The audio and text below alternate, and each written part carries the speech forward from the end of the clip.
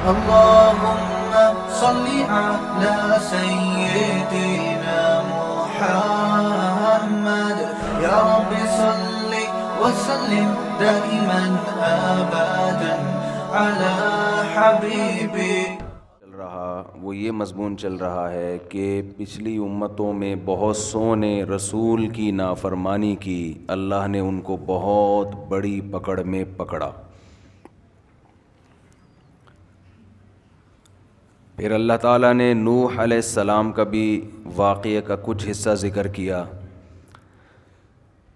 کہ پوری زمین کو اللہ نے پانی سے ہلاک کر دیا تھا، لیکن ہمارے باپ دادا جو آج ہم یہاں بیٹھے ہوئے ہیں وہ چونکہ ایمان لائے تھے، اللہ نے ان کو نوح علیہ السلام کی کشتی میں سوار کیا. تو ہم سب کے جتنے بھی اس وقت دنیا میں قومیں، چائنیز ہوں، جیپنیز ہوں، انڈین ہوں، پاکستانی ہوں، ایرانی ہوں، کوئی بھی دنیا میں جتنی بھی قومیں ہیں، یہ ان 3 بیٹوں کی اولاد ہے. نوح علیہ السلام کے جو 3 بیٹے کشتی میں سوار تھے، یہ وہ تاریخی واقعات ہیں جو قرآن بیان کرتا ہے، جو سائنس کا ٹاپک نہیں ہے.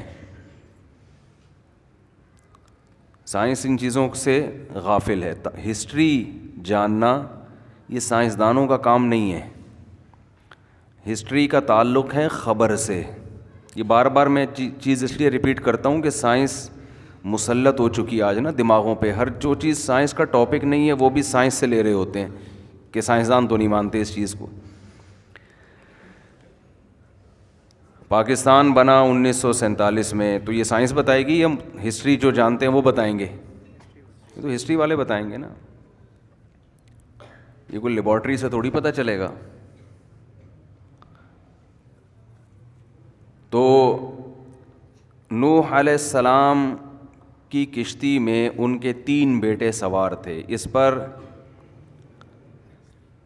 یہ ہسٹری بتاتی ہے ہمیں. یہود بھی اس بات کا اعتراف کرتے ہیں جو تورات کو مانتے ہیں. عیسائی بھی اس بات کا اعتراف کرتے ہیں جو انجیل کو مانتے ہیں. اور قرآن میں بھی اس واقعے کا بہت کثرت سے بیان ہے. نبی صلی اللہ علیہ وسلم جب یہ واقعات بتاتے نا تو یہود و نصارہ یہ اعتراض کرتے کہ انہوں نے معاذ اللہ یہ ہماری کتابوں سے چوری کی ہے. معاذ اللہ، یہ تو ہمارے واقعات ہیں، یہ کیوں بتا رہے ہیں؟ یہ تو ہم جانتے ہیں ایسا ہوا ہے.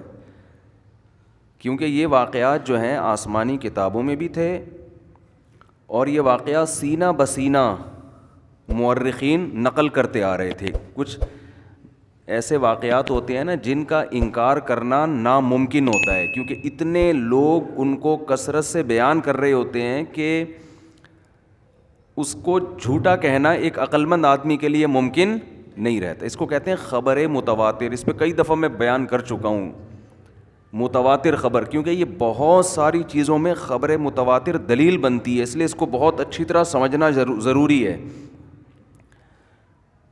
دیکھو آج اگر کوئی سائنٹسٹ کہتا ہے کہ محمد صلی اللہ علیہ وسلم نام کی کوئی شخصیت معاذ اللہ دنیا میں آئی ہی نہیں، لہذا اسلام کی بیس ہی غلط ہے، یہ سب انہوں نے مولویوں نے ایک فرضی قصہ بنایا ہوا ہے کہ ایک عرب میں ایک پیغمبر پیدا ہوئے اور پھر ان کے والد کا نام یہ تھا اور دادا کا نام یہ تھا اور جنگیں ہوئیں اور یوں ہوا.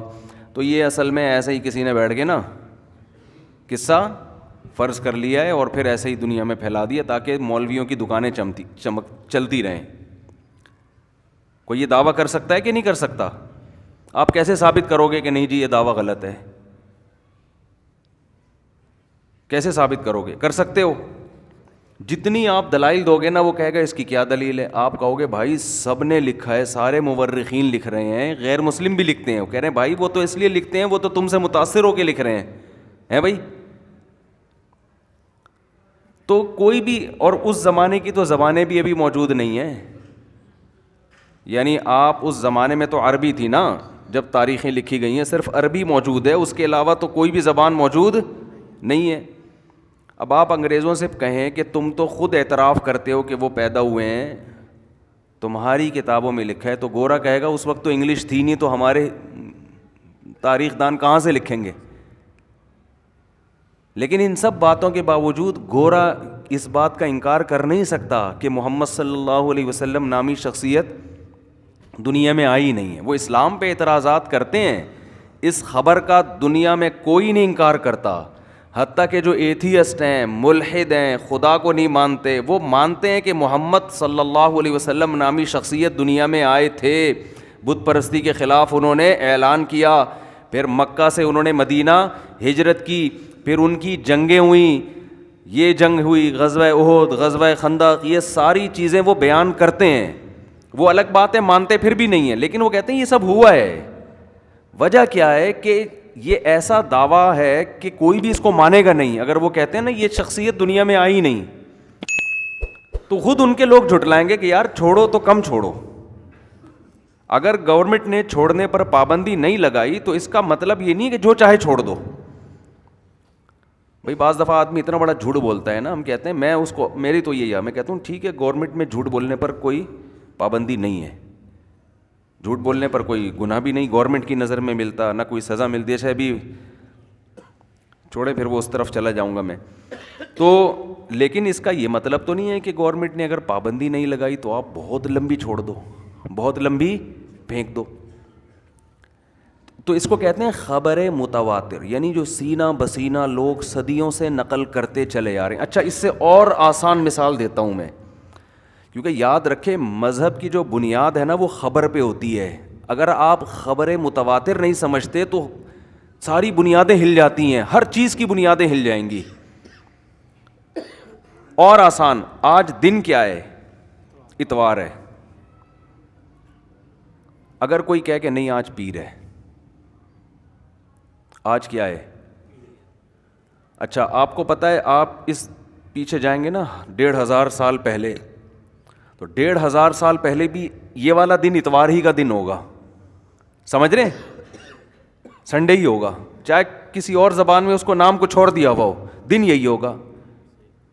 حالانکہ امکان ہے کہ یار ہو سکتا ہے درمیان میں دھاندلی ہوئی ہو, کسی قوم نے ہفتے کے ایک دفعہ 8 دن کر دیے ہوں یا 9 دن کر دیے ہوں, اور گھپلا کر کے اب جو اصل اتوار تھا وہ 2 دن پہلے گزرا ہے, یہ والا. تو دنیا میں کوئی اس کا دعویٰ کرے گا؟ بھائی یہ ممکن نہیں ہے, کیونکہ یہ دھاندلی کرنے کے لیے نا کوئی گول میز کانفرنس ضروری ہے کہ ساری دنیا سے, جنگلوں سے, امریکہ سے, جاپان سے, ساری دنیا کے لوگ فلاسفر اکٹھے ہوں اور وہ اس جھوٹ پہ جمع ہو جائیں کہ یار آج ہے تو اتوار لیکن ہم اس کو منگل کر دیتے ہیں. تو ایسا عملاً ممکن ہے نہیں کہ ساری دنیا میں لوگ اکٹھے ہوں, اتنا بڑا جھوٹ بولیں اور باقی سب خاموش بھی بیٹھے رہیں اس پہ. بھائی جب جمع ہوں گے, ایک کہے گا ہے, دوسرا کہے گا بھائی جھوٹ بول رہا ہے, وہ اخبار میں بیان دے دے گا یہ جھوٹ بول رہا ہے. تو یہ چیز ایسی ہے جو اب انسانوں کے کنٹرول میں نہیں ہے. آج اگر اتوار ہے تو اس کا مطلب پکا ڈھکا اتوار ہی ہے, کیونکہ اس میں لوگوں کا جھوٹ پہ جمع ہونا ممکن ہے نہیں. کچھ چیزیں اللہ نے ایسی رکھی ہیں کہ انسان اس کو چینج کرنا چاہے تو وہ چینجیبل ہے ہی نہیں, انسانوں کے ہاتھ سے نکل گئی ہیں وہ. جیسے قرآن اب چینج کرنا کوئی چاہے گا ممکن نہیں ہے, کتنا ہی زور لگا دے ہو نہیں سکتا, قیامت تک کے لیے محفوظ ہو گیا ہے. وجہ کیا ہے کہ بھائی اتنے لوگ حافظ, اتنے لوگ صدیوں سے نقل کرتے آ رہے ہیں, اتنے مصحف چھپ چکے ہیں, اتنی مسجدوں میں تراویحیں ہو رہی ہیں, اتنا ہو رہا ہے کہ اب اگر کوئی اب جب ہی چینج کرنا ممکن ہے کہ جب ساری دنیا کے حافظوں کو آپ بٹھاؤ, ان کو گن پوائنٹ پہ یا کسی طرح لالچ میں کہو کہ یار یہ نیا والا ہم نے نکالا ہے, سب فرض کر لو یہی ہے, اور پرانے نسخے پوری دنیا سے ختم کر دو, اور یہ عملاً ممکن ہے نہیں. رشیا نے یہ کیا تھا نا, پورے ریاست سے قرآن کے تمام نسخے جلا دیے تھے اس نے کہ یہاں قرآن کا نام و نشان ختم ہو جائے.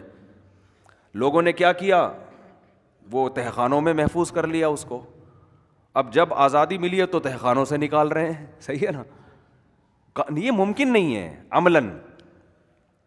تو کچھ چیزیں ایسی ہوتی ہیں جن کو انسان کے بس میں نہیں ہے کہ وہ اس کو کنٹرول کریں, انسان کے بس سے وہ نکل جاتی ہیں.